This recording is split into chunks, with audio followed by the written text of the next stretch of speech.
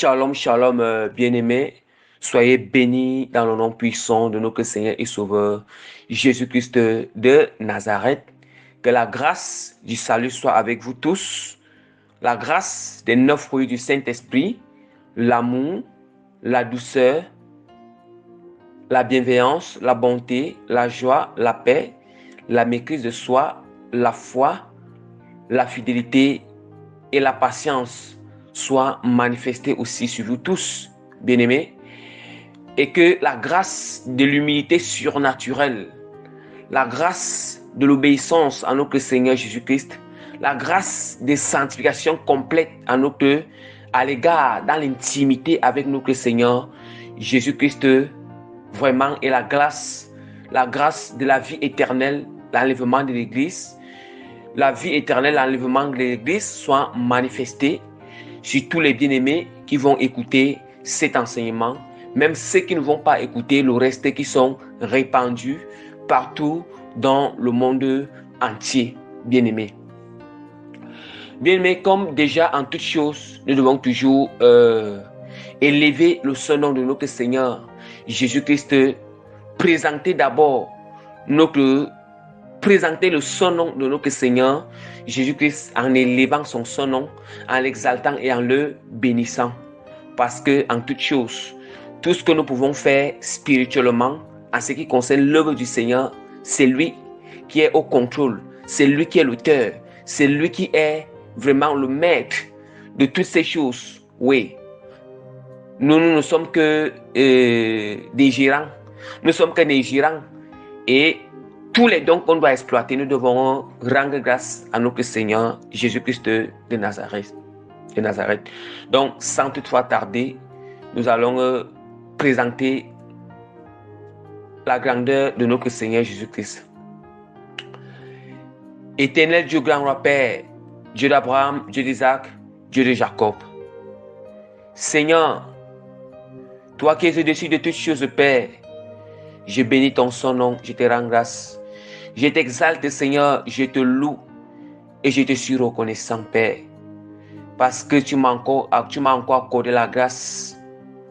Tu m'as encore accordé la grâce aujourd'hui de venir partager cet enseignement à ton peuple, de venir transmettre cet enseignement à ton peuple, Seigneur. Éternel Dieu, je suis reconnaissant parce que tu ne nous abandonnes pas. Tu ne laisses jamais servir ton peuple, Père. Tu ne laisses jamais ton peuple affamé, ni spirituellement, ni physiquement. Seigneur, aussi vrai Père, tu es celui qui est au-dessus de toutes choses. Éternel Dieu, grand roi, Seigneur, tu fais, Seigneur, descendre, Seigneur, dans le séjour mort et tu fais remonter, Père. Seigneur, c'est toi, c'est qui abaisse et qui élève. Seigneur, c'est toi, c'est qui est le fidèle et véritable, Seigneur. Tu es le témoin fidèle et véritable, Seigneur Jésus-Christ. Tu es au-dessus de toutes choses, Père. Car toute la créature te loue, Seigneur. Éternel Dieu, grand Père, aussi vrai que Seigneur, aussi vrai que tu as dit, Seigneur, à l'eau, par ta parole, tu as dit à l'eau d'aller d'un seul côté. Et l'eau allait d'un seul côté par ta parole. Et tu as nommé, Seigneur, cela que mer. Seigneur, par ta parole, Père, tu as dit, Seigneur, au sec d'aller d'un seul côté.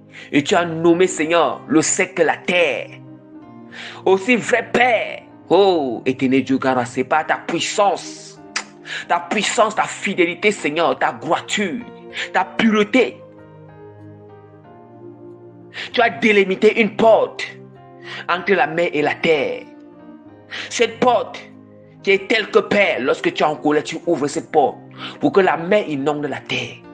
Oh Seigneur, comment ne pas élever, Seigneur, ce Dieu grand, ce Dieu puissant, ce Dieu d'autorité, ce Dieu dont il n'y a pas, ce Dieu dont tout est possible. Oh Seigneur, tu es digne, Seigneur Jésus-Christ, de recevoir la gloire,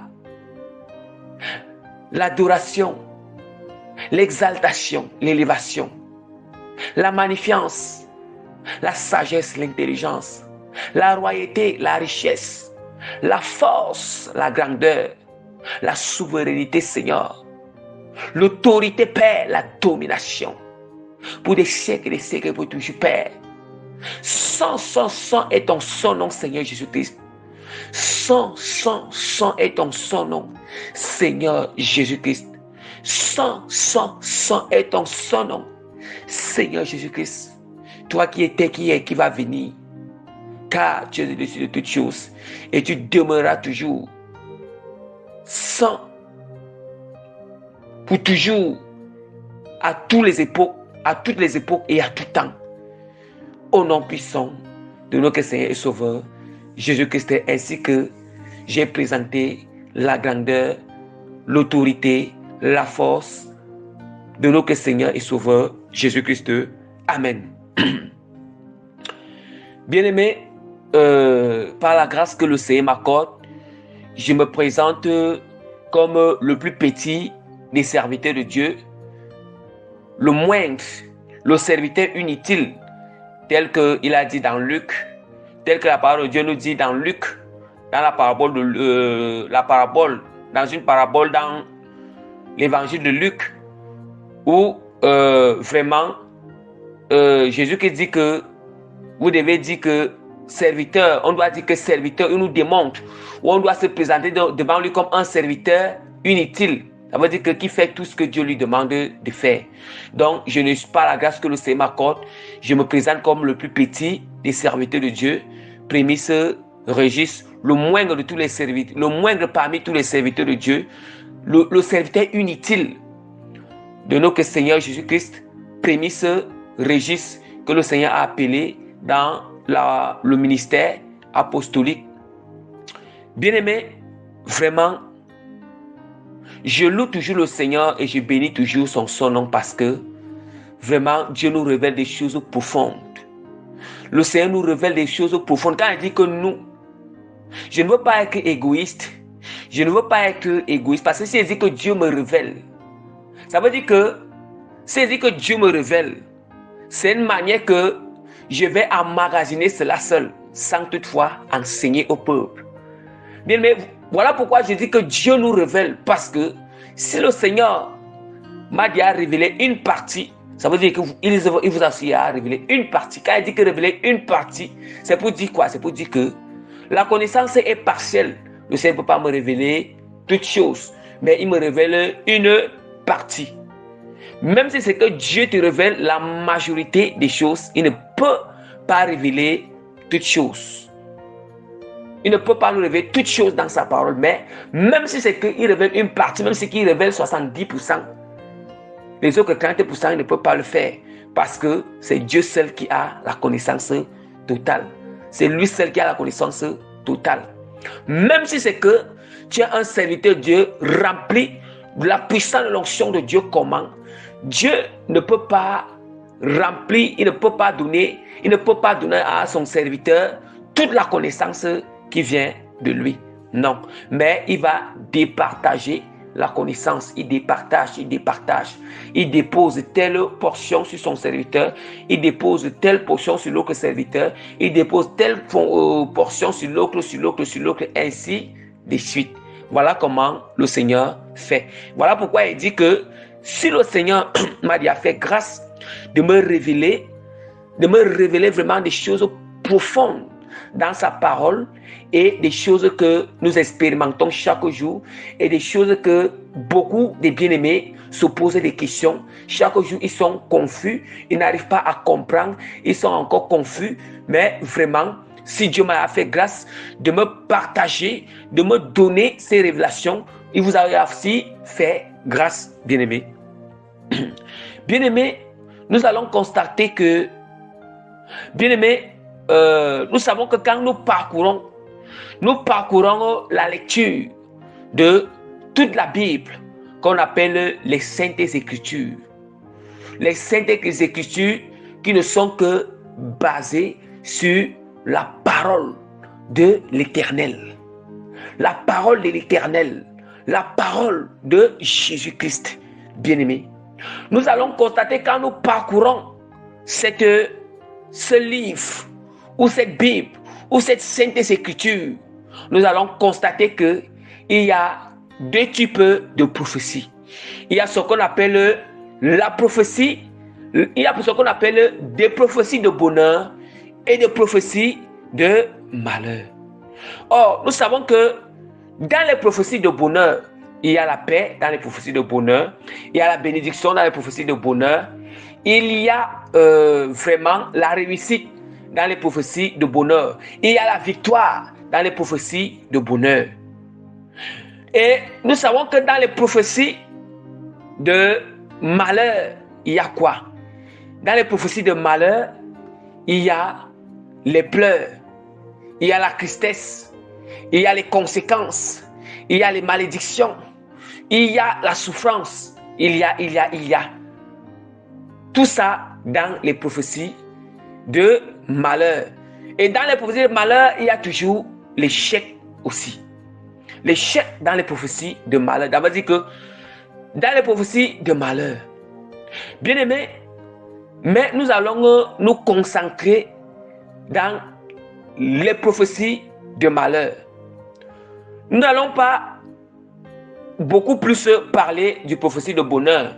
Voilà pourquoi le Saint-Esprit m'a fait grâce de me donner ce thème. Ce thème qui est intitulé quand tu marches dans la désobéissance, tu ne recevras que des prophéties de malheur venant de l'Éternel. Bien-aimé, par la grâce que le Seigneur m'accorde, je vais encore répéter encore.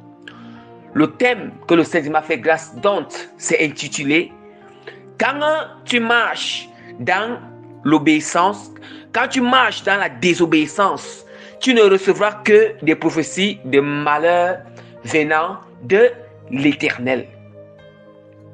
Bien-aimé, ça c'est un thème qui est très vaste.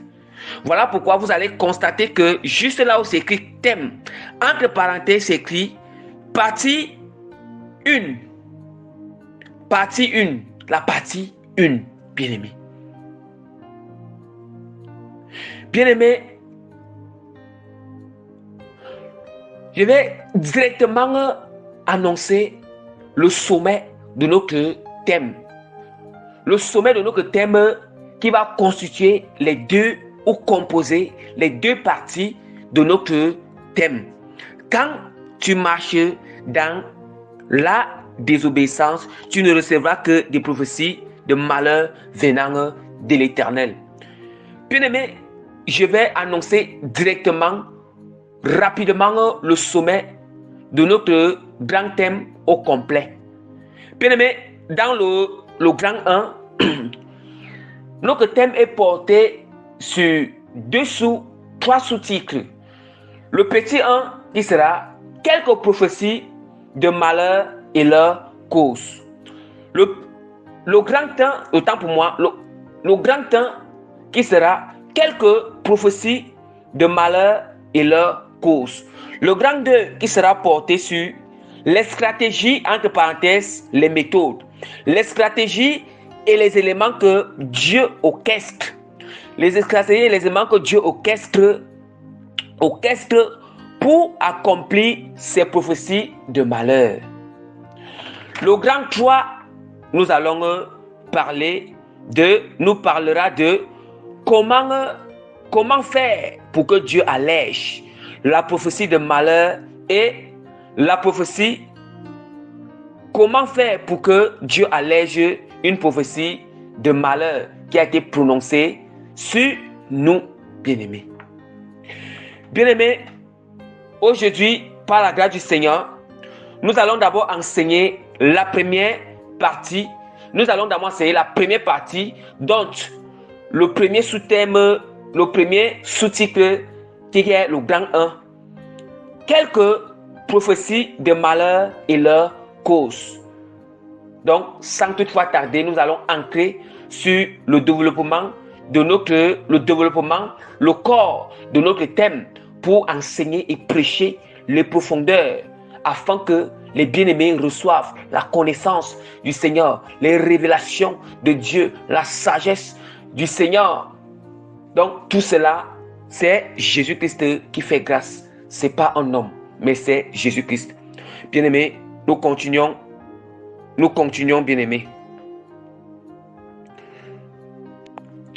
Bien-aimés, comme déjà la parole de Dieu nous dit que à la loi et au témoignage.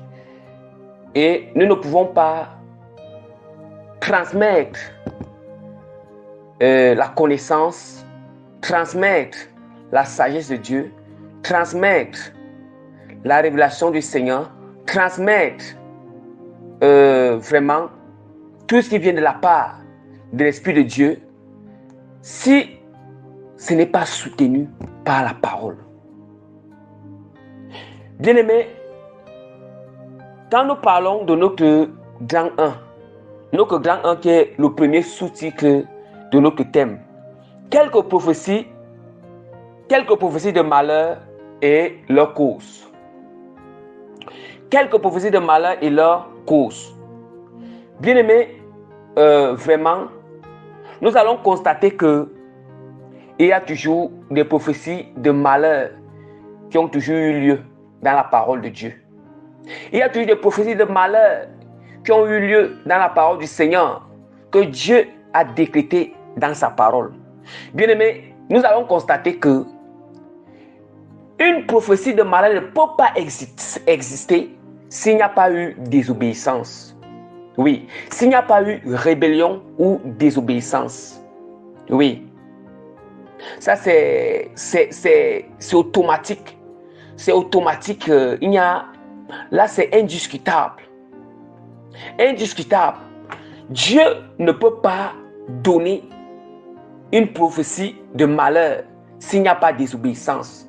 C'est la désobéissance qui fait naître ou bien qui pousse le Seigneur à prophétiser quelque chose de malheur sur celui qui est en train de désobéir le Seigneur, celui qui est en train de se rébeller du Seigneur, celui qui est en train de celui qui méprise les lois du Seigneur, qui méprise les préceptes de Dieu, qui méprise les commandements de Dieu, qui méprise les instructions de notre Seigneur Jésus-Christ de Nazareth.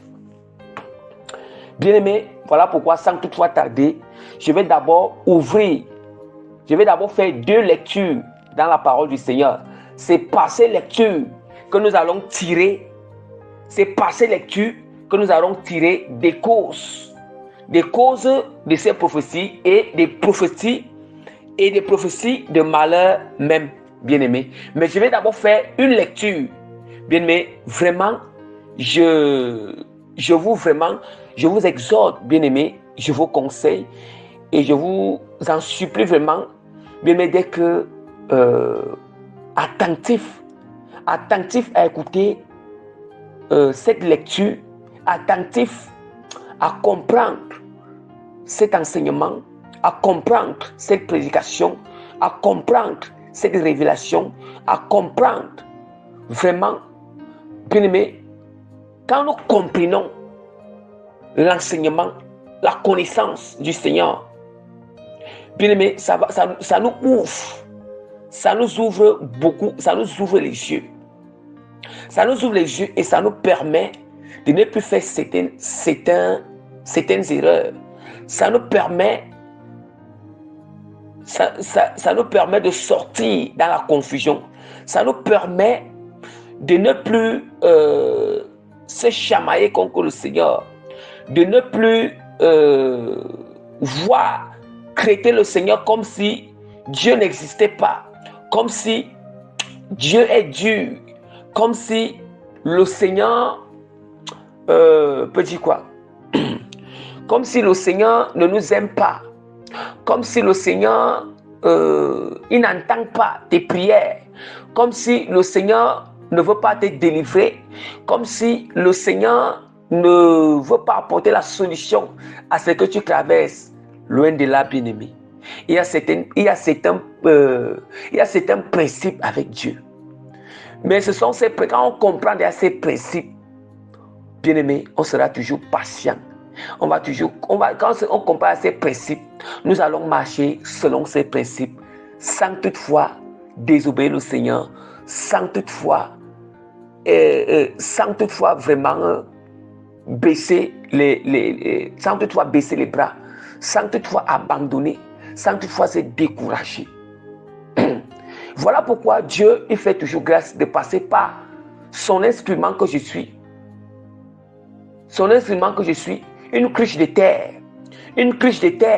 d'argile que je suis, que Dieu utilise, juste pour bannir la confusion dans l'esprit de certains bien-aimés, surtout ceux qui sont en train de débuter la marche avec Christ, ceux qui viennent d'accepter Jésus-Christ. Bien-aimés, sans toutefois tarder, je vais ouvrir la parole de Dieu dans 1 Roi chapitre 21. Je lis la parole au nom de Jésus-Christ. 1 Roi chapitre 21, tout le chapitre 21. Je vais aussi lire 1 Roi chapitre 11, verset 1 à 13. Je commence avec 1 Roi chapitre 21, tout le chapitre. Voilà pourquoi vous allez constater que je n'ai pas mis les versets. Je lis au nom puissant de Jésus-Christ. Après ces choses, voici ce que arriva Naboth de Jezreel avait une vigne à Jezreel, à côté du palais d'Akab, roi de Samarie. Et Akab parla ainsi à Naboth: cède-moi ta vigne pour que j'en fasse un jardin partagé, un jardin potager, car elle est tout près de ma maison. Je te donnerai à la place une vigne. Je te donnerai à la place une vigne meilleure. Ou si cela te convient, je te payerai la valeur en argent. Mais Naboth répondit à Akab: que l'Éternel me garde de te donner l'héritage de mes pères. Akab rentra dans sa maison, triste et irrité à cause de cette parole que lui avait dite Naboth de Jezreel: je ne te donnerai pas l'héritage de mes pères. Et il se coucha sur son lit, détourna le visage et ne mangea point. Jézabel, sa femme, vint auprès de lui et lui dit: pourquoi as-tu l'esprit Christ et ne manges-tu point?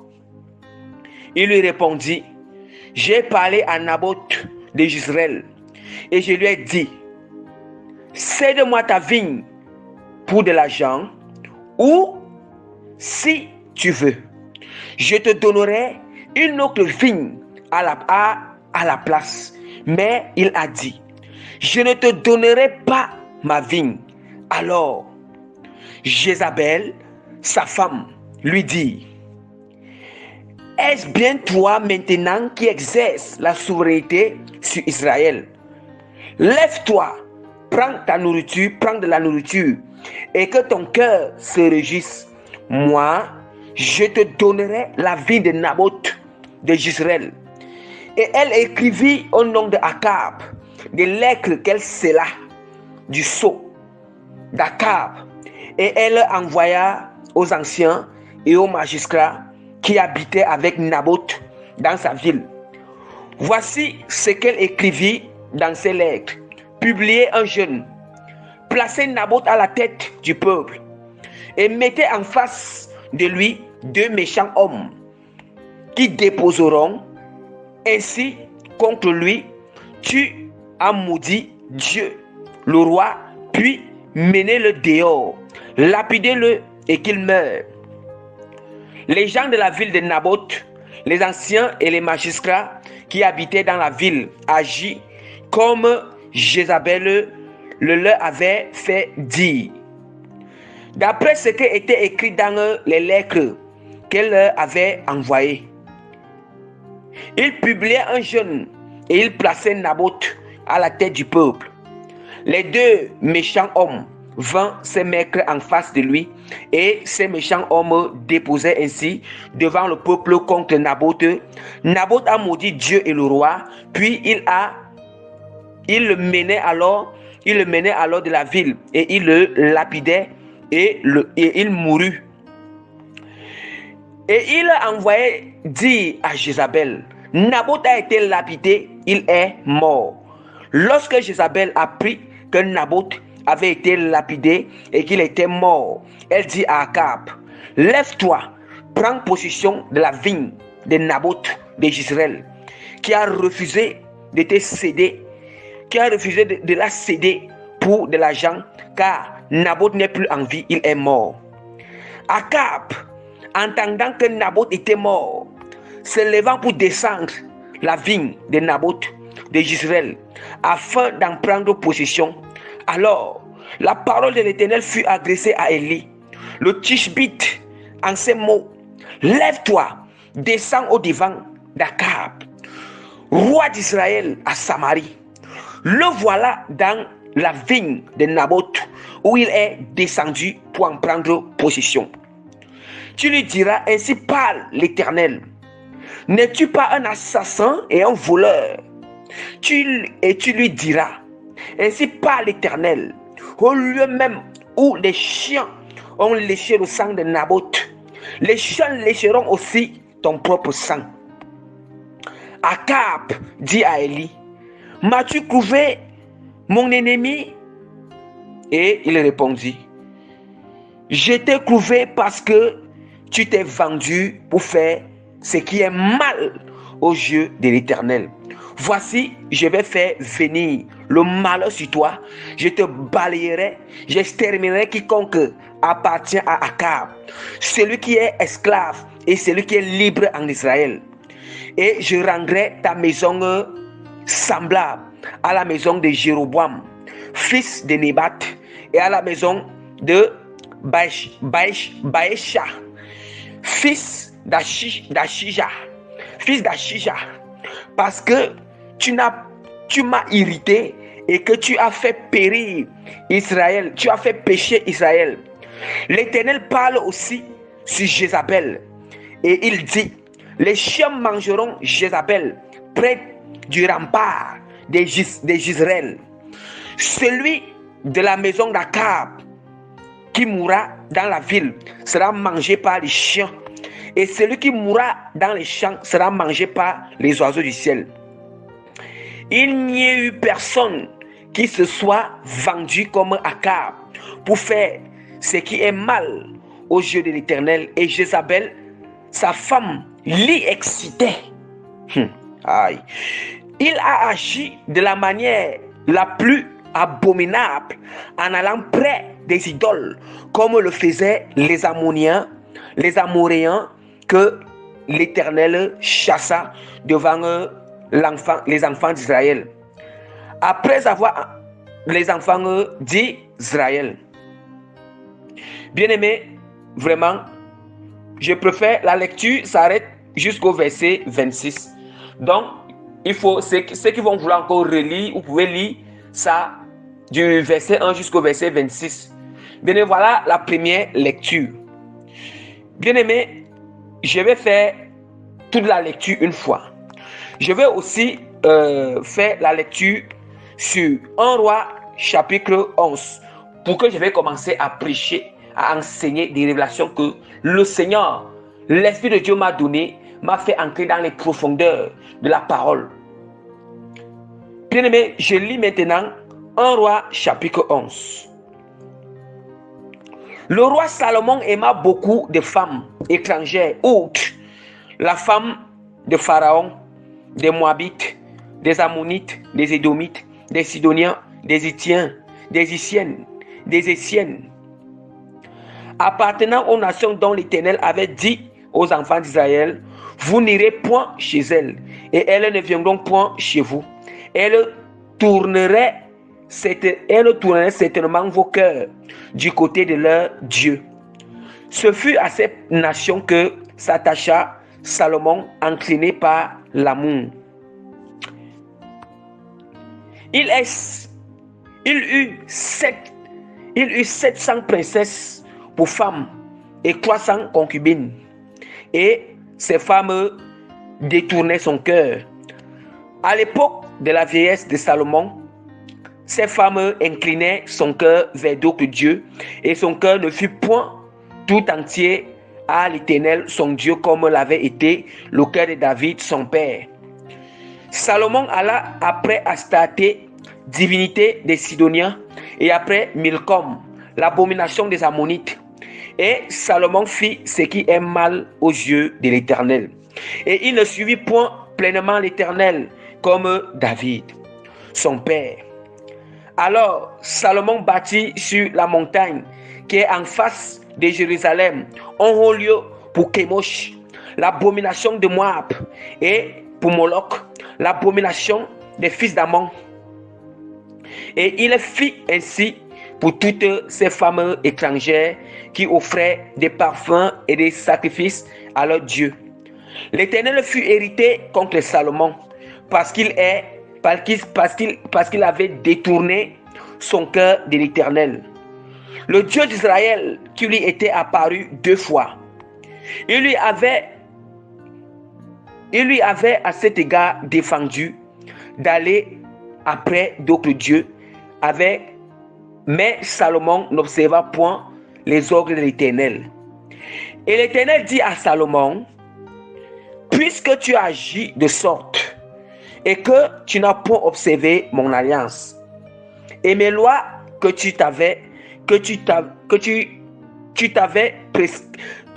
prescrites, je déchirerai le royaume de dessus de toi et je donnerai à ton serviteur.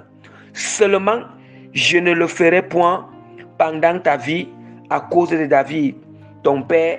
C'est la main de ton fils que je l'arracherai.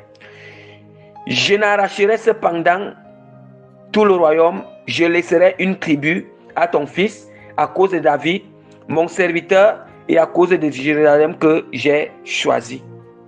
Amen. Bien-aimés, l'enseignement continue toujours avec notre grand 1,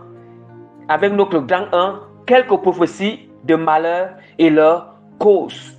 Bien-aimés, et je bénis le Seigneur et que toute la gloire revienne à notre Seigneur Christ pour la lecture que je viens juste de finir de faire par la puissance et la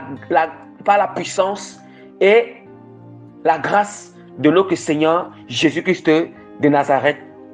Bien-aimés, vous avez constaté, vous allez vous poser des questions, pourquoi j'ai d'abord fait les 2 lectures et pourquoi ces lectures durent? Oui, c'est normal. Il fallait que cette lecture dure. Ces 2 lectures durent pendant... Ces 2 lectures durent, bien-aimés. Il fallait cela. Parce que c'est par rapport à ces 2 passages dont j'ai lu. C'est dans ces 2 passages où nous allons sortir les prophéties des malheurs et les causes de ces prophéties des malheurs. Bien-aimés, nous savons que s'il y a des prophéties de malheur, ça veut dire qu'il y a une cause. Il y a quelque chose qui a causé cette prophétie de malheur. Dieu ne peut pas commencer à donner une prophétie de malheur. Dieu ne peut pas commencer à annoncer ou à publier une prophétie de malheur sur sa créature si c'est qu'il n'y a pas eu une cause. S'il n'y a pas eu une cause, bien-aimé. Voilà pourquoi donc quand nous parlons de quelques prophéties de malheur et leurs causes, voilà pourquoi donc nous allons parler de ces causes et ces prophéties de malheur. Nous allons parler de ces causes qui sont liées à ces prophéties de malheur et des prophéties de malheur même. Donc, nous allons parler déjà. Donc, nous allons parler déjà du grand art et du petit art. Bien aimé, j'ai envie de scinder. C'est pour ça que vous allez voir que j'utilise J'utilise et les grands temps et les petits A et les grands A et les petits A et les petits 1 pour que vous essayez de comprendre, pour que ça puisse bien ancrer. Parce que quand on enseigne, Dieu nous fait toujours grâce d'adapter l'enseignement au niveau de tout un chacun. Parce que dans la chrétienté, dans le corps de Christ, comme Dieu me fait toujours grâce, et comme dans le corps de Christ, il y a les nouveaux convertis. Il y a les moyens dans la foi, les nouveaux convertis qui sont encore faibles dans la foi. Les moyens qui sont les moyens dans la foi et les forts dans la foi qu'on appelle les matures dans la foi. Ça veut dire qu'il y a ces trois catégories. Il y a ces trois catégories dans le corps de Christ. Et voilà pourquoi quand nous enseignons, on doit toujours enseigner pour ramener l'enseignement à ces trois catégories qui se trouvent dans le corps de Christ pour que tout le monde bénéficie de l'enseignement et que le nom de Jésus soit glorifié et magnifié. Oui, parce que quand quelqu'un comprend,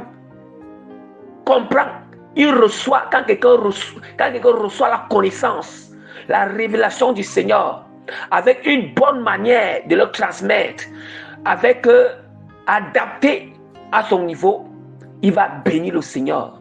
Il va rendre grâce au Seigneur. Il va dire merci à Dieu parce que Dieu l'a sauvé de quelque part. Dieu a déchiré le voile qui était couvert dans ses yeux. Bien-aimés, sans toutefois tarder, bien-aimés, nous allons aller directement sur le grand art. Nous allons aller directement sur le grand art. Oui. Le grand art qui n'est que les causes des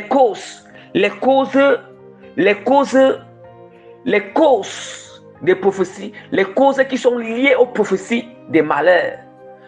Les causes qui sont liées aux prophéties des malheurs. Oui. Et nous sommes maintenant sur les causes pour parler des causes qui engendrent les prophéties de malheur. Le grand assis se trouve dans notre sous-titre grand 1. Oui, ça veut dire que ce n'est pas le grand A, ce n'est pas un petit sous-titre qui est détaché du grand titre, le titre grand 1. Ça veut dire que quand vous voyez grand A, ça veut dire que le grand A se trouve, c'est à l'intérieur de notre sous-titre quelques prophéties de malheur et leurs causes. Voilà pourquoi nous allons parler de quelques prophéties de malheur, nous allons aussi parler de quelques causes. Vous entendez? Nous allons parler de quelques prophéties de malheur, nous allons aussi parler de quelques causes. Voilà comment on commence par parler des causes, on va aussi parler des prophéties, les exemples des prophéties de malheur. Déjà, nous savons que quand nous avons lu nos deux passages dans 1 roi, le chapitre 1 roi chapitre 20, le passage 1 roi chapitre 21 et le passage 1 roi chapitre 11 verset 1 à 13. Nous avons vu il y a les causes il y a les causes qui sont sorties à l'intérieur et les prophéties aussi qui sont sorties à l'intérieur. Je prends peut-être par exemple dans 1 roi chapitre 21 qui nous parle de ce que qui nous parle de la cause, qui nous parle de la prophétie que Dieu décrète, la prophétie que Dieu a décrétée contre Akab, Jézabel et la famille de Akab. Nous voyons cette prophétie de malheur que Dieu décrète contre eux. Mais qu'est-ce qui a fait que Dieu décrète une prophétie contre Akab, Jézabel et toute la maison de Akab? Il y a quelque chose qui a provoqué cela. D'où maintenant nous allons parler de ces causes. Voilà ces causes que nous allons parler. Bien aimé, ici, Nous sommes en train de prendre l'exemple à la parole de Dieu. Ici, les questions que chacun va se référer, s'examiner dans sa vie. Parce que ce n'est plus d'Akab ici. Ce n'est plus de Jézabel ici. Ce n'est plus de la maison d'Akab ici. Ce n'est plus Messédia, nous les chrétiens. C'est-à-dire nous qui servons le Seigneur. Nous qui disons que nous sommes chrétiens, qui servons Jésus-Christ de Nazareth. Qui servons Jésus-Christ de Nazareth. Akab est mort, mais l'esprit d'Akab, l'esprit qui a influencé Akab, existe encore aujourd'hui. L'esprit maléfique qui a incité Akab de faire le mal existe encore aujourd'hui. Jézabel, la femme d'Akab, est morte, mais l'esprit qui a influencé Jézabel existe encore aujourd'hui. L'esprit de Jézabel, sirène des eaux, existe encore aujourd'hui, bien-aimé. Toute la maison d'Akab est morte. Toute la maison d'Akab. Ça veut dire que toute la maison d'Akab est morte. Quand on a dit que morte, ça veut dire que dans sa maison, il y a ses serviteurs, il y a ses enfants, il y a sont morts. Mais aujourd'hui, ce sont nos maisons. Aujourd'hui, ce sont nos maisons, nos serviteurs, nos servantes, nos enfants, nos descendants qui existent aujourd'hui. Mais l'esprit qui existe aujourd'hui, bien aimé, soyons très très attentifs parce que le Seigneur veut interpeller quelqu'un. Le Seigneur veut avertir quelqu'un. Le Seigneur veut avertir quelqu'un. Le Seigneur veut vraiment mettre le feu rouge pour que la personne s'arrête. Le Seigneur vient clignoter. Le Seigneur allume le feu rouge que vraiment que cette personne s'arrête et rentre en arrière. Oui, par cet enseignement. Bien-aimé, nous allons parler qu'est-ce qui a fait qu'est-ce qui a fait que le Seigneur proclame une prophétie, décrète une prophétie de malheur. Il envoie Élie d'aller donner une prophétie de malheur, d'aller prophétiser à Akab et à sa femme Jézabel et à toute sa maison. Cette prophétie de malheur. Bien-aimé, qu'est-ce qui a fait? Qu'est-ce qui a fait cela? Il y a une cause, il y a quelque chose qui a engendré, il y a quelque chose qui a causé cela. Bien-aimé, nous allons partir très loin. Nous allons donner les détails. Nous allons ressortir des éléments clés dans ces causes, dans le livre de 1 roi, chapitre 21. Nous allons constater que, en premier point, voici, nous allons essayer d'énumérer. Nous allons essayer de numérer, bien aimé, ces causes. Nous allons essayer de numérer quelques de ces quelques causes là dans la parole de Dieu qui a engendré ou qui a fait de telle sorte que Dieu puisse prononcer une prophétie contre Akab, Jézabel et toute la maison de Akab. Bien aimé, voici d'abord une première cause. Akab a convoité le champ de Naboth. Oui, Akab a convoité le champ de Naboth en lui proposant d'échanger son champ, en lui proposant l'échange. En lui proposant l'échange. Akab, il a d'abord fallu que, ça veut dire qu'il y a eu convoitise. La première cause, c'est la convoitise. Parce que Akab a convoité. Voilà pourquoi la parole de Dieu nous dit, ce passage, on nous parle ça dans 1 roi, chapitre 21, verset 1 à 4. Comment Akab en train de convoiter. Akab convoite la vigne, le champ ou bien la vigne, le champ de vigne de Naboth. De Naboth bien-aimé. Voici ce que la parole de Dieu nous dit dans 1 roi, chapitre 21, verset 1 à 4. Après ces choses, voici ce qui arriva. Naboth de Jezreel avait une vigne à Jezreel, à côté du palais d'Akab, et roi de Samarie. Et Akab parla ainsi à Naboth: cède-moi ta vigne pour que j'en fasse un jardin potager, car elle est tout près de ma maison. Je te donnerai à la place une vigne meilleure, ou si cela te convient, je te paierai la valeur en argent. Mais Naboth répondit à Akab: que l'Éternel me garde de te donner l'héritage de mes pères. Akab rentra dans sa maison. Christ irrité à cause de cette parole que lui avait dit Naboth de Jezreel et je ne donnerai pas l'héritage de mes pères. Bien-aimés, regardez ce que la parole de Dieu nous dit. Regardons très bien ce que la parole de Dieu nous dit. Akab, il a d'abord convoité le champ de vignes, la plantation de vignes de Naboth. Regardez comment la convoitise est d'abord la première cause. Nous savons que la convoitise fait partie du péché, bien-aimé. Fait partie du péché, bien-aimé. Aïe. Akab, il convoite le champ de Naboth. Après, il appelle Naboth. Il propose à Naboth l'échange que cède-moi, donne-moi ton champ de vigne, donne-moi ta plantation de vigne, et moi, je te remplacerai cette plantation par une autre plantation de vigne, ou bien je te donne de l'argent, ou bien j'échange avec de l'argent. Bien aimé, vous voyez comment maintenant Naboth a refusé. Naboth dit que lui ne peut pas liquider, il ne peut pas céder l'héritage de ses pères. L'héritage de ses pères. Parce que Naboth n'était pas content. Autant pour moi, Akab n'était pas content, tellement qu'il avait une convoitise en lui. Une convoitise en lui que cette convoitise, voilà la première cause, c'est la convoitise. La deuxième cause, c'est quoi? La deuxième cause,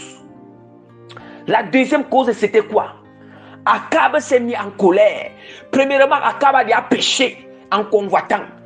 Bien-aimé, Akab a péché en convoitant. Voilà le premier péché que Akab fait d'abord aux yeux de l'Éternel. Voilà la première cause. Et ces causes ne sont que les désobéissances à l'égard de Dieu. Ces causes ne sont que le péché à l'égard de Dieu. Parce qu'une prophétie de malheur ne peut que venir s'il y a eu une cause de désobéissance, une cause de désobéissance, une cause de péché, une cause de péché, une cause vraiment d'iniquité, d'injustice. Voilà la première cause, c'est la convoitise de Akab. Comment est-ce qu'Akab a convoité? C'est la convoitise d'Akab sur la plantation de vignes de Naboth. La deuxième cause qui a entraîné que Dieu va proclamer les prophéties de malheur contre Akab, c'est quoi? La deuxième cause, c'est que Akab s'est encore mis en colère. Le premier péché, c'est la convoitise qui est la première cause. La deuxième cause qui n'est que une autre désobéissance et un autre péché, c'est encore quoi? Akab s'irrite en colère. Ça veut dire que Akab s'est mis en colère et Christ sur l'héritage d'autrui. Ça veut dire que Akab, il se met en colère. Oh, la colère, c'est encore le péché. La colère, une colère même sur ce qui ne l'appartient pas. Le roi Akab, parce qu'il veut s'en préciser que c'est le roi Akab. Une colère qui ne l'appartient pas, bien aimé. Et je vais bien penser, le roi Akab était le roi d'Israël, de la Samarie. Oui. Le roi d'Israël de la Samarie. Bien aimé, nous allons constater que voilà la deuxième cause, qui n'est que le deuxième péché encore. Les péchés ne font que se multiplier. La convoitise fait naître encore la colère. La colère et la tristesse sur Akab. Une tristesse qui n'est qu'une tristesse négative. Une tristesse injuste. Bien aimé. Deuxième cause. Deuxième cause, c'est quoi? La lettre de recommandation. La deuxième cause, c'est quoi? Il y a la lettre de recommandation écrite sur la main de Jézabel. Jézabel, la femme de Akab, le roi Akab, est authentifiée par les sceaux du roi Akab, ordonnant la mort de Naboth. Bien aimé, ça veut dire que la deuxième cause, voilà, c'est le meurtre de Naboth. Le meurtre de Naboth, bien aimé, regardons déjà la deuxième cause, ce qui fait que Dieu sort une prophétie de malheur contre Akab. Bien aimé, soyons attentifs, soyons très très attentifs, parce que quand les prophéties de malheur de Dieu commencent à s'abattre dans notre vie, à s'accomplir dans nos vies, Parce que quand les conséquences des péchés commencent déjà à s'abattre dans nos vies bien-aimées, à s'accomplir, on ne regarde plus là où on a péché, on ne regarde plus là où on a désobéi, on ne regarde pas nos péchés, on ne regarde pas nos iniquités, on ne regarde pas nos fautes, mais on regarde seulement là où il y a conséquences, on regarde seulement là où il y a l'accomplissement des prophéties de malheur de Dieu dans nos vies. Quatrième, on a dit troisième cause bien-aimé, c'était quoi? C'était la lettre de recommandation écrite sur la maison de Jézabel, sur la main de Jézabel, la femme du roi Akab, authentifiée par le sceau du roi Akab, ordonnant la mort de Naboth. Bien que Jézabel, il a fait cette lettre sans que Akab n'était au courant. Jézabel n'a pas demandé la vie à Akab. Jézabel a fait la lettre. Il a fait cette lettre-là, ou une lettre de recommandation, où il leur donne de tuer, où elle leur donne de tuer Naboth. Où elle leur donne de tuer Naboth. Eh bien aimé, pourquoi? Et on appelle ça le meurtre. Le meurtre. Pourquoi Akab aussi est aussi? Pourquoi Akab aussi? Pourquoi Akab, Dieu ne tient pas Akab pour innocent, pour cette meurtre-là, bien que ce n'est pas lui qui a demandé à Jézabel d'écrire. Ce n'est pas lui qui a demandé à Jézabel d'écrire. Il n'était pas au courant de tout ce que Jézabel a fait, sa femme. Mais pourquoi aussi Dieu ne le tient pas pour innocent? Parce que non seulement Akab, il est parti tenir informé à Jézabel. Il a dit à Jézabel, Akab, il a convoité la... Si Akab n'aurait pas, ni ne convoitait pas, si ça restait seulement qu'ok, Naboth lui a refusé la plantation. Si ça restait que Naboth lui a refusé la plantation et qu'il a laissé par là, il n'a pas parlé ça à Jézabel. Jézabel ne devait pas faire une lettre de recommandation, puisque Jézabel a vu Akab dans la colère, dans la tristesse, il ne veut pas manger. Voilà pourquoi Jézabel a fait cela. Voilà la troisième cause, le meurtre. La troisième cause, c'est le meurtre de Naboth. La deuxième cause, la quatrième cause, c'est que Jézabel, Akab et Jézabel, sa femme, Jézabel, sa femme ne sont que des assassins et des voleurs. Ils sont des assassins et des voleurs. Des assassins et des voleurs, tels que la parole de Dieu nous dit dans 1 Roi, chapitre 21, verset 17 à 19. La parole de Dieu nous dit, verset 17 à 19, la parole de Dieu nous dit là-bas que, voici ce que la parole de Dieu nous dit. La parole de Dieu nous dit que alors la parole de l'Éternel fut adressée à Ali et à Tishbi en ces mots: lève-toi, descends au devant de Akab, roi d'Israël à Samarie. Le voilà dans la ville de Naboth, où il est descendu pour en prendre possession. Tu lui diras ainsi par l'Éternel: n'es-tu pas un assassin et un voleur? Voilà la quatrième cause. Quatrième cause qui n'est que le péché encore, les péchés qui ne font que se multiplier encore.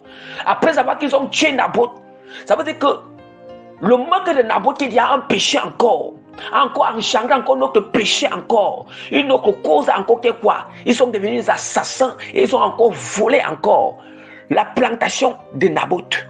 Bien, voilà la quatrième cause. Allons-y. Bien, mais soyons attentifs parce que c'est là où je vais venir. Maintenant aussi, voici la cinquième cause. La cinquième cause, c'est quoi? À part les causes, la cinquième cause, c'est quoi? La cinquième cause, c'est quoi?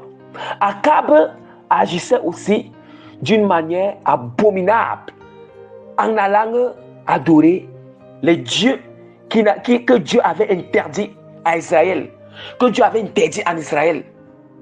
Et Jézabel était toujours là pour l'exciter. Jézabel était toujours là pour le séduire. Pour le séduire, c'est Jézabel qui l'amenait toujours à aller adorer les dieux étrangers, les idoles. Bien-aimé, voilà déjà une cinquième cause. Bien-aimé, voilà une cinquième cause.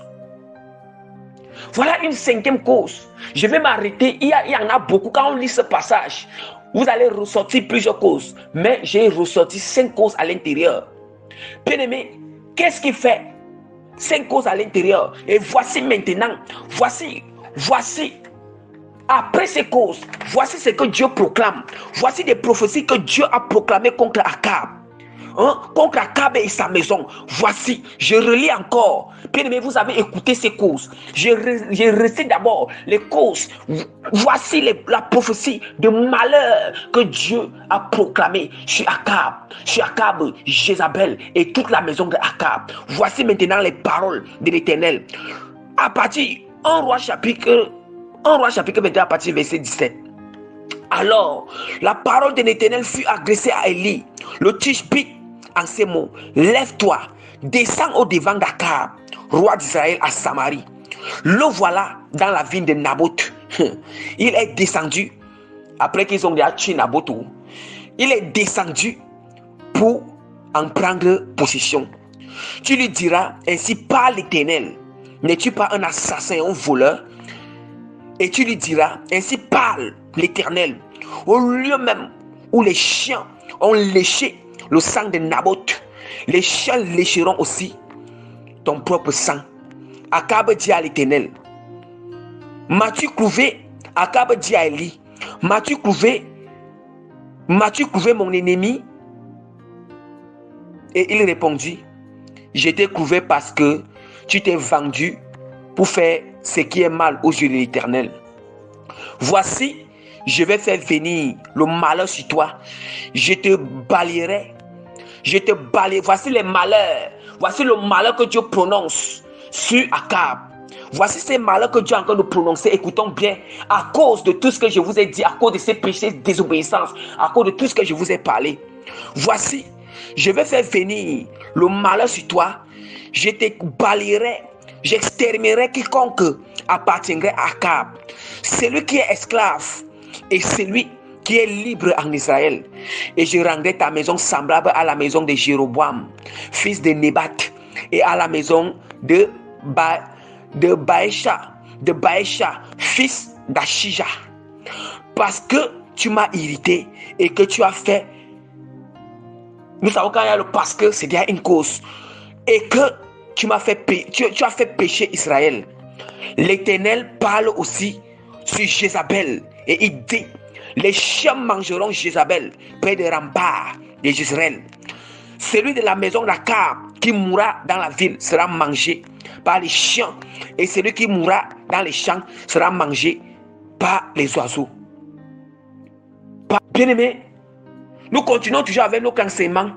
Nous continuons avec nos enseignements sur les causes qui engendrent les prophéties de malheur dans nos vies. Les prophéties de malheur dans nos vies. Bien-aimés, nous avons compris qu'est-ce qui entraîne, qu'est-ce qui fait que Dieu prononce cette sentence, cette malheur, cette prophétie de malheur, cette sentence qui doit s'accomplir sur Akab et sa maison et Jézabel. Qu'est-ce qui fait ça? C'est à cause de la convoitise d'Akab, à cause de la convoitise d'Akab, à cause de la convoitise d'Akab, à cause de la colère et la tristesse injuste d'Akab, à cause, bien-aimé, à cause du meurtre, à cause du meurtre de Naboth, bien-aimé, à cause du meurtre de Naboth, à cause, bien-aimé, à cause que Akab s'était lancé. Akab, il a servi Dieu. À cause que Akab avait agi d'une manière abominable devant le Seigneur, en adorant des idoles, en adorant des dieux étrangers, bien-aimés.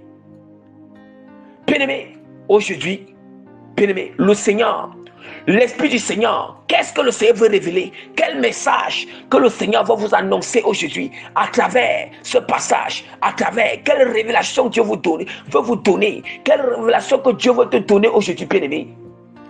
Bien-aimé, le Saint-Esprit vient révéler à quelqu'un, le Saint-Esprit vient interpeller à quelqu'un,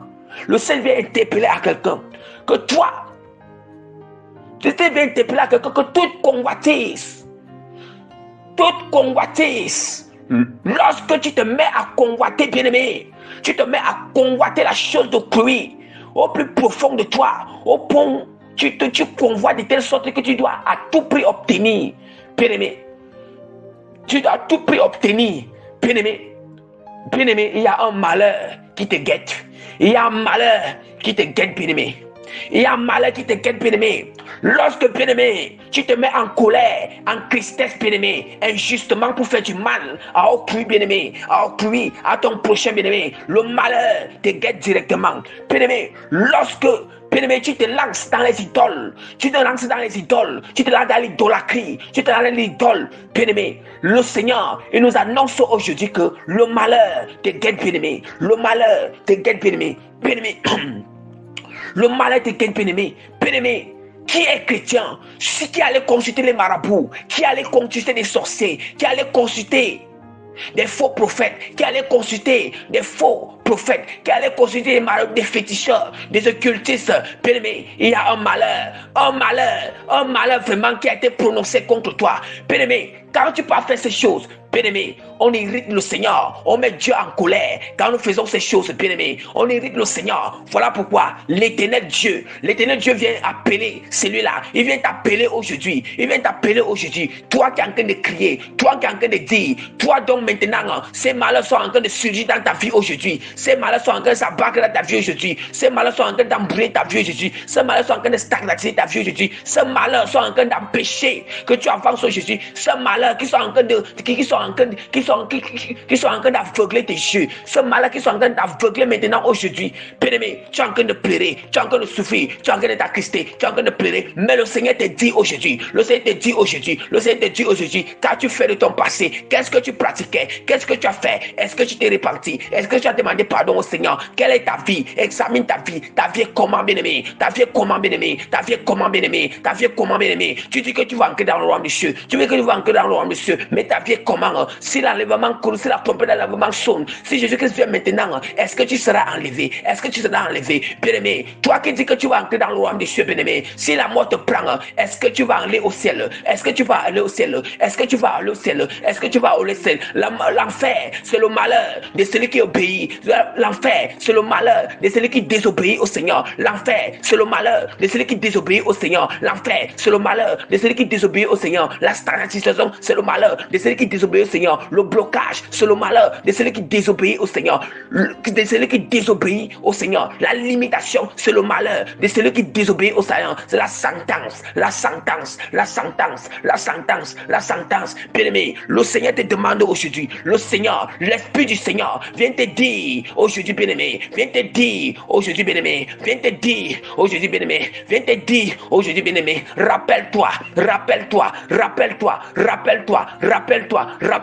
du mal que tu as fait aux gens, rappelle-toi de tout ce mal, demande pardon au Seigneur, répands-toi, pleure devant le Seigneur, prends les jeunes bien-aimés, jeûne devant le Seigneur, humilie-toi devant le Seigneur, jeûne bien-aimé, humilie-toi devant Dieu, demande le pardon au Seigneur, demande la miséricorde à Dieu,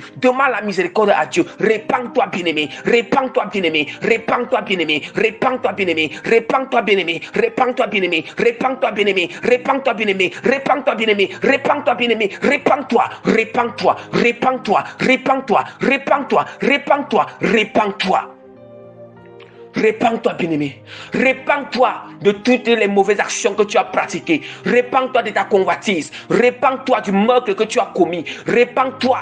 À chaque fois que du meurtre que tu as commis, tu as lapidé les serviteurs de Dieu avec des mauvaises paroles, tu as blasphémé contre le Seigneur, tu as lapidé des gens avec des mauvais veilleurs, tu as fait des faux témoignages, répands-toi, tu as fait l'adultère, répands-toi, tu as fait la fornication, répands-toi bien-aimé, tu as menti, tu pratiques, tu mènes ta vie avec des mensonges, répands-toi bien-aimé. À chaque fois que tu as désobéi au Seigneur, à chaque fois que tu as pratiqué le péché, à chaque fois que bien-aimé, tu as fait des choses qui ne te n'ont pas, qui ne n'ont pas le Seigneur, tu as tissé des alliances qui ne n'ont pas le Seigneur, le Seigneur te demande de te repentir, le Seigneur te demande de te repentir,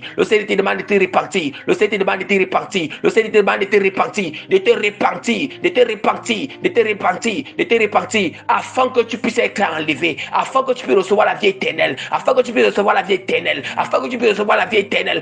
si tu meurs, ton âme entre dans le Père, afin que si tu meurs, ton âme entre dans le royaume des cieux, afin que si tu meurs, ton âme entre dans le royaume des cieux. péché. Sors là-bas, bien-aimé. Sors là-bas, bien-aimé. Sors là-bas, bien-aimé. Détache-toi du péché. Divorce avec le péché. Coupe les liens avec le péché. Coupe les liens avec le péché. Coupe les liens avec le péché. Coupe les liens avec le péché. Sors du péché. Sors du péché, tu as tempéré. Sors, c'est le péché qui te maintient captif, bien-aimé. Tu pleures, tu pleures, tout le monde, tu pleures, tout le monde, tu pleures, tout le monde, tu pleures, tout le monde, tu pleures, tout le monde, tu pleures. L'Esprit de Dieu dit que mais tu ne veux pas sortir du péché. Sors du péché. Sors du péché. Sors du péché. Sors du péché. Le péché, c'est ça qui est une barrière contre le Seigneur. C'est ça qui a causé, provoqué les malades dans ta vie, les malédictions dans ta vie, qui a provoqué toutes ces choses dans ta vie, bien-aimé. Toutes ces choses dans ta vie, bien-aimé. Sors là-bas, bien-aimé. Sors là-bas, bien-aimé. Répands-toi, répands-toi, répands-toi. Pleure devant le Seigneur. Pleure nuit et jour. Pleure nuit et jour, bien-aimé. Pleure nuit et jour. Et le Seigneur Jésus-Christ te pardonnera. Le Seigneur Jésus-Christ te pardonnera. Bien-aimé. Le Seigneur Jésus-Christ te pardonnera. Bien-aimé. Bien-aimé, il y a une vérité, c'est très clair. C'est très clair. Du moment où on pratique le péché qui n'honore pas le Seigneur, on le pratique en aimant ce péché, en pratiquant constamment. On le pratique, on aime pratiquer ça. Bien-aimé, qu'on ne te trompe pas, le malheur est déjà prononcé contre toi. C'est prononcé contre toi. C'est prononcé contre toi. Oui. C'est automatique. C'est quelque chose, ce sont des lois spirituelles. Tu ne peux pas enlever ça. Ce sont des lois spirituelles. C'est donc les lois spirituelles. Tu trompes ton mari, tu vas faire l'adultère. Le malheur est déjà prononcé contre toi. Tu es en train de forniquer sans te marier. Le malheur est prononcé contre toi. Tu tues ton prochain. Le malheur est prononcé contre toi. Hein? C'est prononcé contre toi. Tu convoites la chose de pluie pour obtenir avec force. Le malheur est prononcé contre toi. C'est prononcé contre toi. Ce sont des lois spirituelles. Ce n'est pas moi, mais ce sont des lois spirituelles. Mais c'est la parole du Seigneur qui nous le démontre. Qui nous le démontre. Il est temps que vous soyez conscients de la spiritualité. Soyez conscients de la spiritualité, bien-aimé. Bien-aimé, il est temps que le rideau de votre chair soit déchiré, bien-aimé. Que ça soit déchiré. Ne vivez plus. Tu dis que tu es chrétien. Ne vivez plus selon cette chair. Ne vivez plus selon cette chair. Mais vivez selon la spiritualité. Bien-aimé, nous ne sommes pas seulement des êtres de chair. Nous sommes des êtres spirituels. L'âme et l'esprit, ça fait partie de la spiritualité. Or, si c'est l'âme et l'esprit qui animent ton corps physique, qui donne le souffle à ton corps physique, bien-aimé, pourquoi tu négliges l'âme et l'esprit? Tu négliges le spirituel à dépasser. Tu négliges le spirituel, hein? En dépit. Tu négliges le spirituel par rapport au physique. Par rapport au physique. Pourquoi tu te concentres seulement sur le physique, sur le corps physique, en oubliant le spirituel? Maintenant, aujourd'hui là, tu es en train de crier, tu es en train de pleurer, tu es en train de taper les mains partout, tu es en train d'aller partout. On te dit même de te repentir, tu ne veux pas te repentir. On te dit même d'accepter Jésus comme Seigneur Sauveur, tu ne veux pas accepter Jésus comme Seigneur Sauveur. On te dit même que de te repentir, tu ne veux pas te repentir. On te dit de te détourner du péché, détourne-toi de ces choses, tu ne veux pas. Mais tu veux que la main de Dieu te vienne en aide.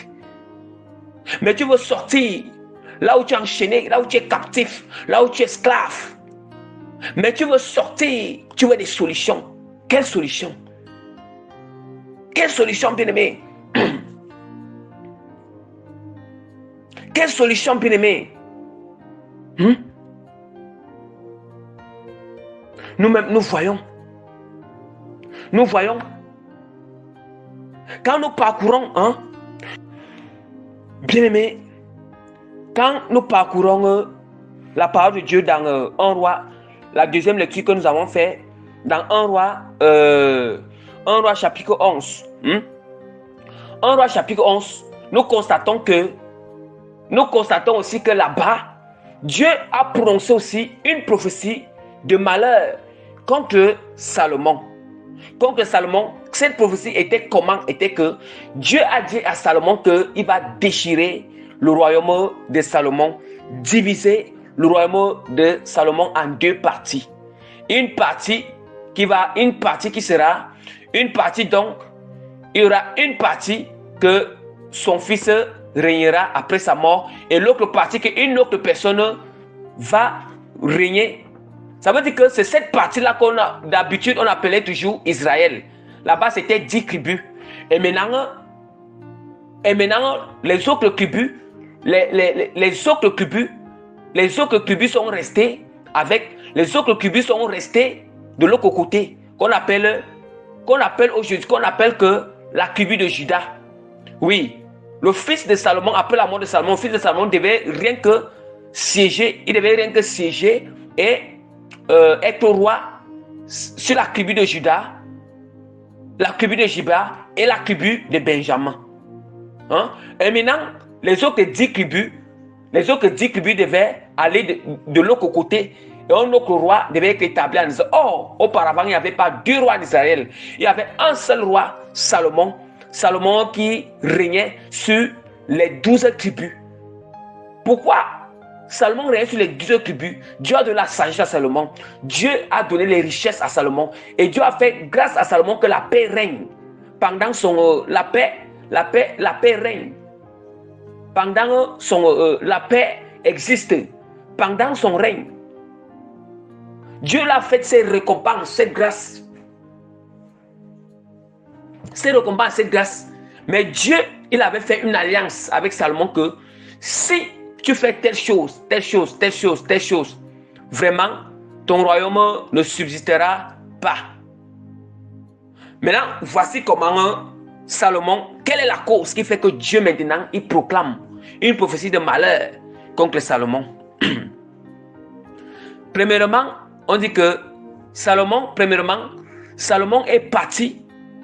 Nous savons que dans la loi de Moïse, le Seigneur avait dit aux Israélites qu'ils ne doivent pas épouser des femmes étrangères.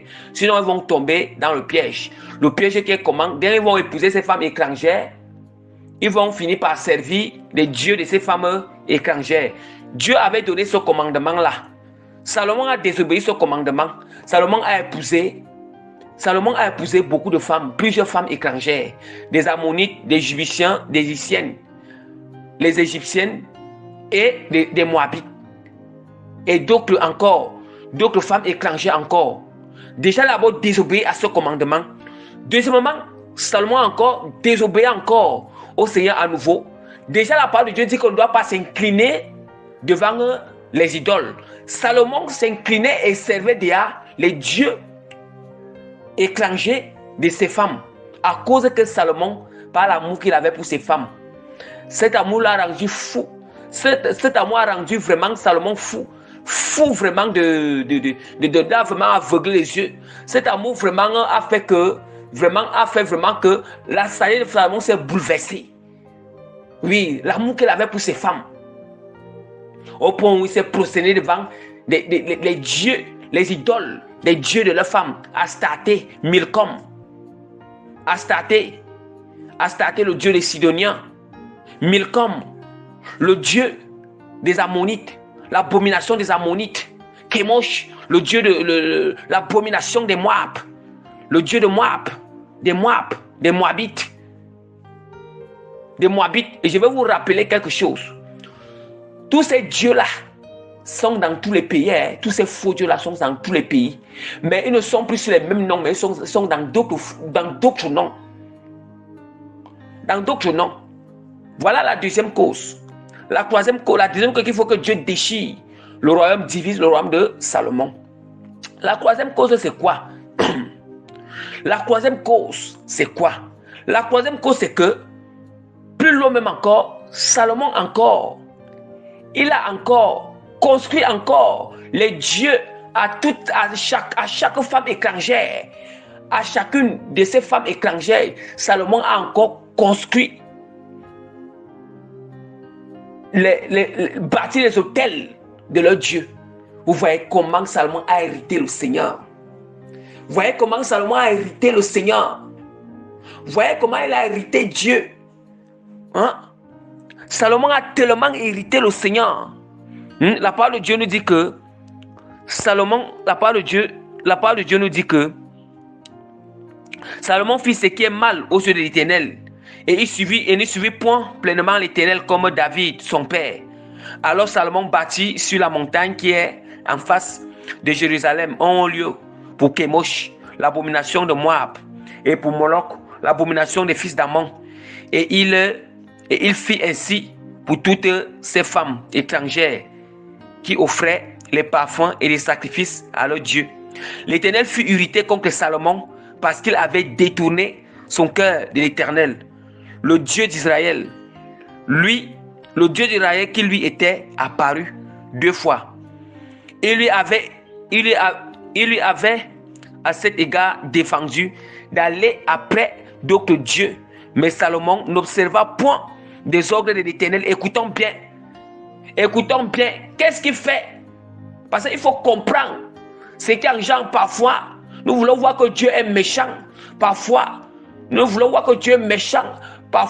on veut se lamenter. Parfois, parce que quand tu es en train d'aller faire les abominations, quand tu es en train de désobéir le Seigneur, quand tu es en train d'aller pratiquer le péché là, quand tu es en train de blasphémer Dieu, quand tu es en train d'insulter les serviteurs de Dieu, quand tu es en train de combattre la vérité du Seigneur, tu ne vois pas. Mais quand des conséquences vont retomber sur toi, mais quand Dieu va proclamer, mais quand des malheurs retomberont sur toi, c'est le jour là que, c'est après là que tu vas commencer à dire, qu'est-ce que j'ai fait?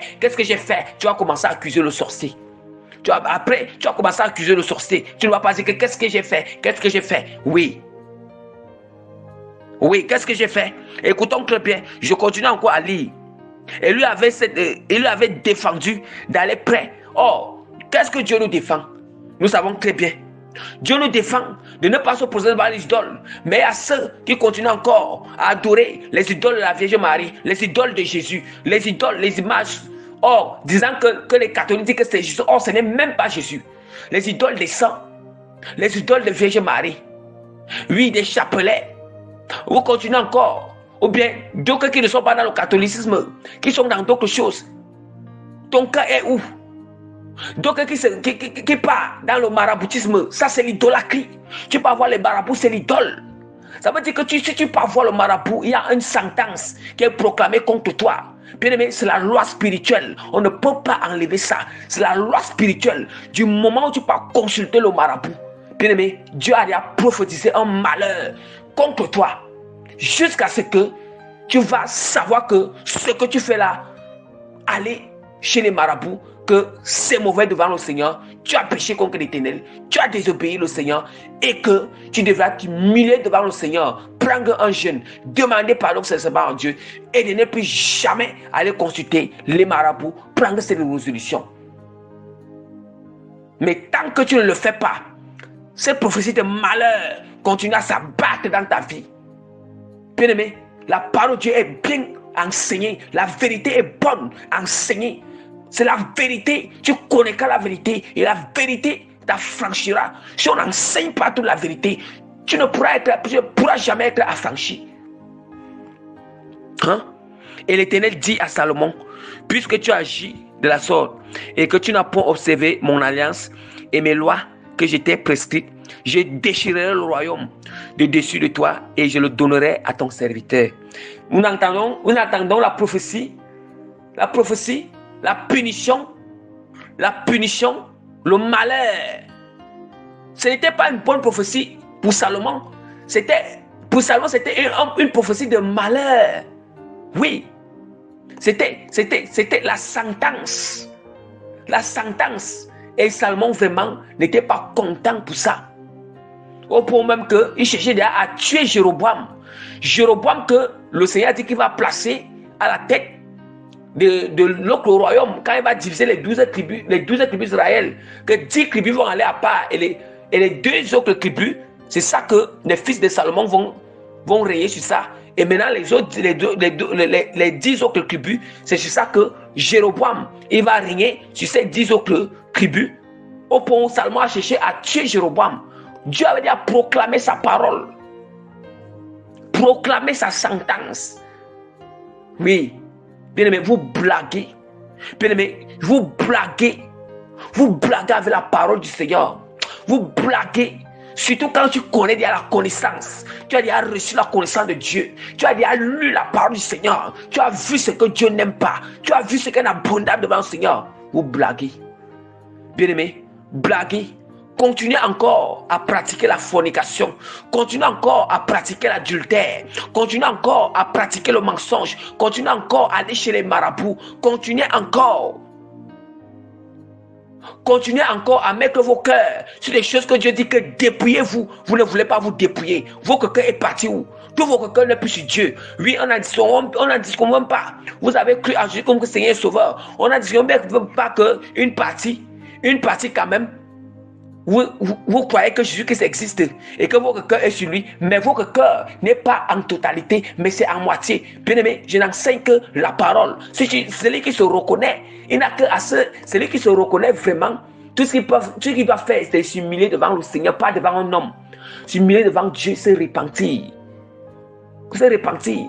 Quand on prêche la sanctification intérieure et extérieure, les gens grincent les dents. Comme les serviteurs de Dieu, ils blasphèment, ils insultent, ils se crachent, ils se liguent contre nous. Pourquoi? Quand Dieu dit que enlever les choses qui n'honorent pas le Seigneur, les choses qui n'honorent pas Dieu dans notre corps, enlever les tatouages, les gens grincent les dents. Les tatouages, les gens grincent les dents. Enlever toutes ces choses que Dieu dit qu'on ne doit pas mettre sur notre corps, les habillements que Dieu n'aime pas. Les gens continuent à mettre cela, les femmes et les hommes continuent à mettre. Continue à mettre. Oh, c'est écrit dans la parole. Mais c'est lui qui désobéit à la parole du Seigneur. Tu connais, tu as reçu cet enseignement, tu as reçu cette connaissance, tu désobéis à la parole du Seigneur. Qu'est-ce que tu attends? Tu attends quoi en retour? Tu attends quoi en retour? Qu'est-ce que tu vas attendre en retour? Bien-aimé, quand tu désobéis, tu refuses de te repentir. Ce qui va venir en retour, ce sont des conséquences fâcheuses du Seigneur. Dieu proclame des prophéties de malheur contre toute désobéissance, contre toute rébellion. Oui. Contre toute rébellion, à moins que tu te repentes, tu te détournes, tu t'alignes selon la parole, la volonté du Seigneur. C'est ça. Tu t'alignes selon la volonté du Seigneur. Vous voyez? Autant de choses, bien-aimés.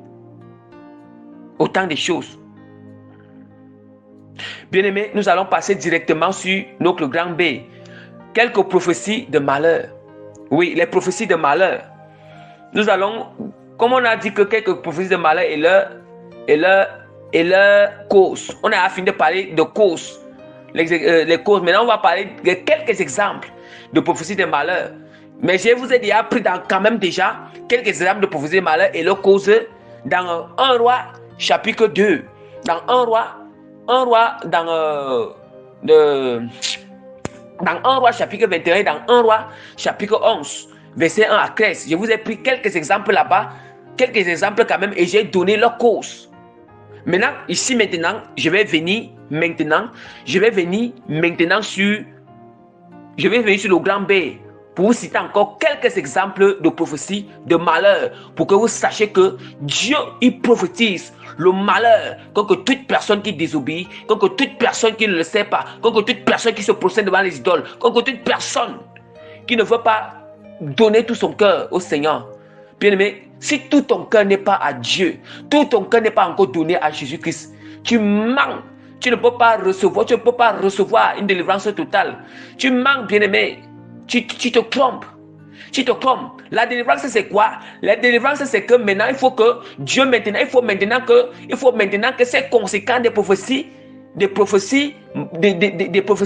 de malheur qui sont agis dans ta vie, qui se sont accomplis dans ta vie, qui sont en train d'agir dans ta vie, il faut maintenant la délivrance pour que ça n'agisse plus, que cela s'arrête. Mais pour que cela s'arrête, il faut quoi? Donner tout ton cœur au Seigneur, se repentir d'abord, donner tout ton cœur à Jésus-Christ. Mais nous allons constater que il y a des femmes et des hommes, des chrétiens, oui, et d'autres personnes qui continuent encore à combattre des serviteurs de Dieu parce que nous prêchons la sanctification, parce que nous prêchons toute la vérité de la parole, parce que nous prêchons la sanctification intérieure-extérieure, nous prêchons le dépouillement intérieur et extérieur. Ils continuent à combattre. Ils prennent même encore la parole du Seigneur pour combattre encore, pour dire que n'est-ce pas, comme ça, bien-aimés. Combattez bien la volonté du Seigneur. Combattez bien la volonté de Dieu. Quand tu combats cette volonté du Seigneur, tu ne vois pas. Mais demain après demain, quand quelqu'un va mourir et que son âme va se trouver en enfer, bien-aimé, quand quelqu'un va mourir, que son âme va se trouver en enfer, bien-aimé, il ne va pas hériter le royaume de Dieu, que son âme se trouve en enfer, bien-aimé. Bien-aimé, le Seigneur va te rappeler. Il te rappellera de tous ces enseignements, de toutes ces paroles. Si c'est qu'on ne se répand pas, si c'est qu'on ne s'aligne pas, si c'est qu'on ne donne pas tout notre cœur à Jésus-Christ. Oui, le Seigneur, on ne prêche que la parole de Dieu. On prêche la parole de Dieu. Les gens murmurent, les gens disent n'importe quoi. Les gens même conspirent contre les serviteurs de Dieu. Les gens, ils se liguent contre nous. Ils nous traitent du n'importe quoi. Mais alors, vous ne voyez pas. Les gens ne voient pas quand ils sont en train de faire ces choses. Les gens ne voient pas quand ils sont en train de faire ces choses. Mais alors, quand les conséquences vont s'abattre, ils vont oublier. Voilà, ils vont oublier. Et voilà pourquoi je vous conseille. Quand les prophéties de malheur sont en train de s'abattre dans vos vies là, rappelle-toi d'il y a de tous les péchés, tout ce que tu as fait, du mal à ton prochain. Tu as péché contre Dieu. Rappelle-toi de tous ces péchés. Là où tu oublies, demande au Seigneur. Seigneur, révèle-moi là où j'ai oublié les péchés. Là où quelque chose a été hérité. Afin que Dieu te révèle pour que tu arranges. Tu répares cela. Tu répares cela. Blaguer avec le péché. Bien-aimé, blaguer avec le péché. Bien-aimé, vraiment, le Saint-Esprit en moi vraiment est tellement attristé. Voilà pourquoi je prêche avec cette autorité. Parce que quand je prêche avec l'autorité, c'est ce genre de thème. C'est ce genre de thème parce que c'est ce genre de thème. C'est avec autorité. On ne blague pas avec les esprits ténèbres. On ne blague pas avec le péché. On ne blague pas avec la désobéissance. On ne blague pas.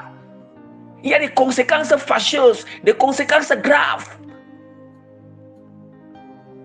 Bien-aimés, voilà pourquoi nous allons passer sur notre grand B. Quelques prophéties de malheur.